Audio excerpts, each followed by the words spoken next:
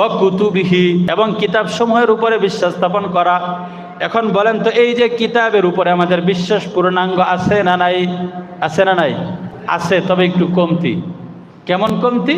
যদি পূর্ণাঙ্গ বিশ্বাস থাকেই, তাহলে কোরআনের বিধিবিধান মানলে সমস্যা কোথায়? বিশ্বাসে যদি আমাদের দুর্বলতা না থাকতো, তাহলে কোরআনের বিধিবিধান আমরা মানতে কোনো সমস্যা হতো না। যদি কোরআন সঠিক, এই বিশ্বাস যদি আমাদের পূর্ণাঙ্গ থাকতো, তাহলে কোরআন দিয়ে দেশ চালানোর বিরোধিতা অন্তত পক্ষে একজন মুসলমান করতো না।